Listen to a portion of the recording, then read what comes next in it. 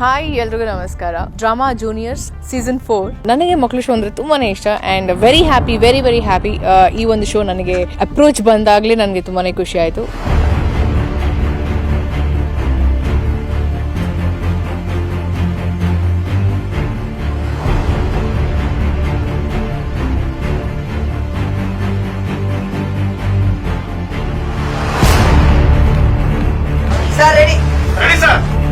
ನಮ್ಗೆ ಗೊತ್ತಿಲ್ಲದೆ ಇರೋದೆಲ್ಲ ನಾವು ಕಲಿಯೋಕ್ಕೆ ಒಂದು ವೇದಿಕೆ ಬೇಕಂದರೆ ಅದು ಡ್ರಾಮಾ ಜೂನಿಯರ್ಸ್ ಮಾತ್ರ.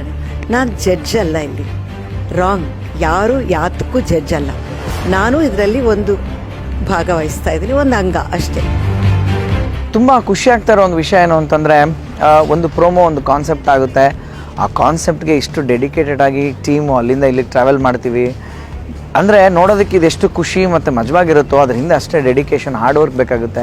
ಯಾಕಂದರೆ ಪೇರೆಂಟ್ಸು ಟ್ರಾವೆಲ್ ಮಾಡಿದ್ದಾರೆ, ಬೆಂಗಳೂರಿಂದ ಮಕ್ಕಳನ್ನ ಕರ್ಕೊಂಬಂದಿದ್ದಾರೆ ಆ್ಯಂಡ್ ಹೊಸ ಮಕ್ಕಳುಗಳು ಬಂದಿದ್ದಾರೆ ರೀ. ಇನ್ನೂ ನನಗೆ ಆ್ಯಕ್ಚುಲಿ ಕನ್ಫ್ಯೂಷನ್ ಇದೆ, ಯಾರು ಈ ಸಲ ಕಂಟೆಸ್ಟೆಂಟ್ಸ್ಗಳು ಇದರಲ್ಲಿ ಅಂದ್ಬಿಟ್ಟು ಅಂತೆಲ್ಲ ಮಿಕ್ಸ್ ಆಗಿಬಿಟ್ಟಿದ್ದಾರೆ.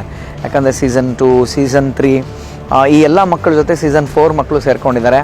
ಸೊ ನನಗಂತೂ ತುಂಬ ಎಕ್ಸ್ಪೆಕ್ಟೇಷನ್ ಇದೆ, ಹೆಂಗೆ ಮಾಡ್ತಾರೆ, ಏನು ಪರ್ಫಾರ್ಮ್ ಮಾಡ್ತಾರೆ ಅಂತ.